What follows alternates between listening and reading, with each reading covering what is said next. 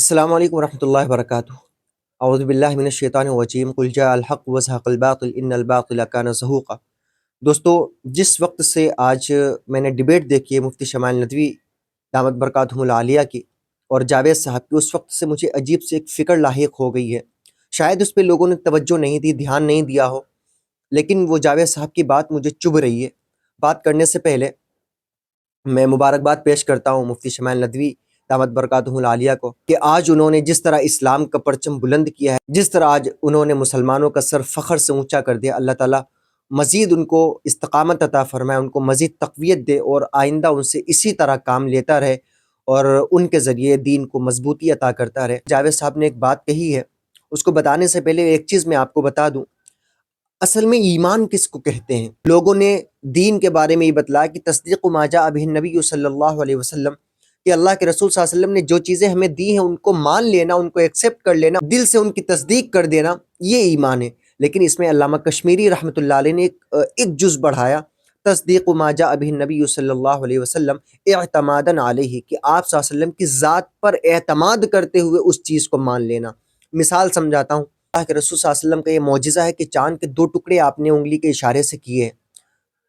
लोग, बहुत से मुसलमान होंगे जिनके जहन में शक होगा, बहुत से ऐसे नास्तिक लोग हैं और बहुत से मुल्हिद लोग हैं जो नहीं मानते। लेकिन साइंस ने जब प्रूफ किया मून के अंदर फ्रैक्शन की पॉसिबिलिटी है, यानी चाँद के टुकड़े होना पॉसिबल है और ये चीज़ साबित हुई है। अब अगर हम साइंस की तहकीक के बाद इस चीज़ को मानते हैं तो वो इअ्तिमादन अला रसूलिल्लाह सल्लल्लाहु अलैहि वसल्लम नहीं हुआ, बल्कि वो साइंस की बात मान करके ये बात मानिए कि आप सल्लल्लाहु अलैहि वसल्लम ने चाँद के 2 टुकड़े किए थे, तो ये ईमान नहीं है। ईमान आपका साइंस की तहकीक से पहले इस चीज़ को मानना कि आप सल्लल्लाहु अलैहि वसल्लम की उंगली के इशारे से चाँद के 2 टुकड़े हुए हैं, ये ईमान है।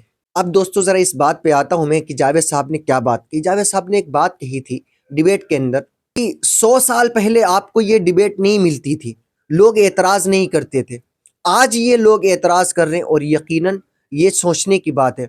इससे बढ़कर उन्होंने एक जुमला कहा कि आइंदा नस्ल जो आ रही है या आइंदा ज़माने में मैं रहूं या ना रहूं या मेरे बाद लोग ऐसे आएंगे जो फेथ से धीरे धीरे दूर होते चले जाएंगे, अकल से हर चीज़ को समझने की कोशिश करेंगे।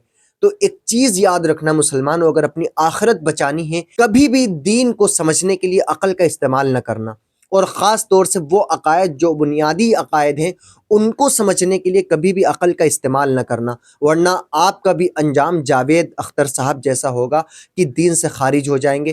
क्योंकि मुकम्मल दीन को अकल से समझना नामुमकिन है। हम दुनिया की छोटी से छोटी चीज़ जो अल्लाह ताला ने हमारे लिए पैदा की है उनको समझने में हमारा जहन नाकाम हो जाता है। तो जो उन चीज़ों को बनाने वाला है, जो उनका क्रिएटर है, जो उनका खालिक है, हम उसको अपनी इस छोटी समझ से किस तरह समझ सकते हैं। इसलिए इसलिए याद रखिएगा, ईमान नाम है गैब पर यकीन का, अल्लाह के हुक्म पर यकीन का, अल्लाह के नबी सल्लल्लाहु अलैहि वसल्लम की लाई हुई चीज़ों पर यकीन का, पर शक या सवाल का नाम दीन नहीं है। तो इससे बचना मेरे दोस्तों।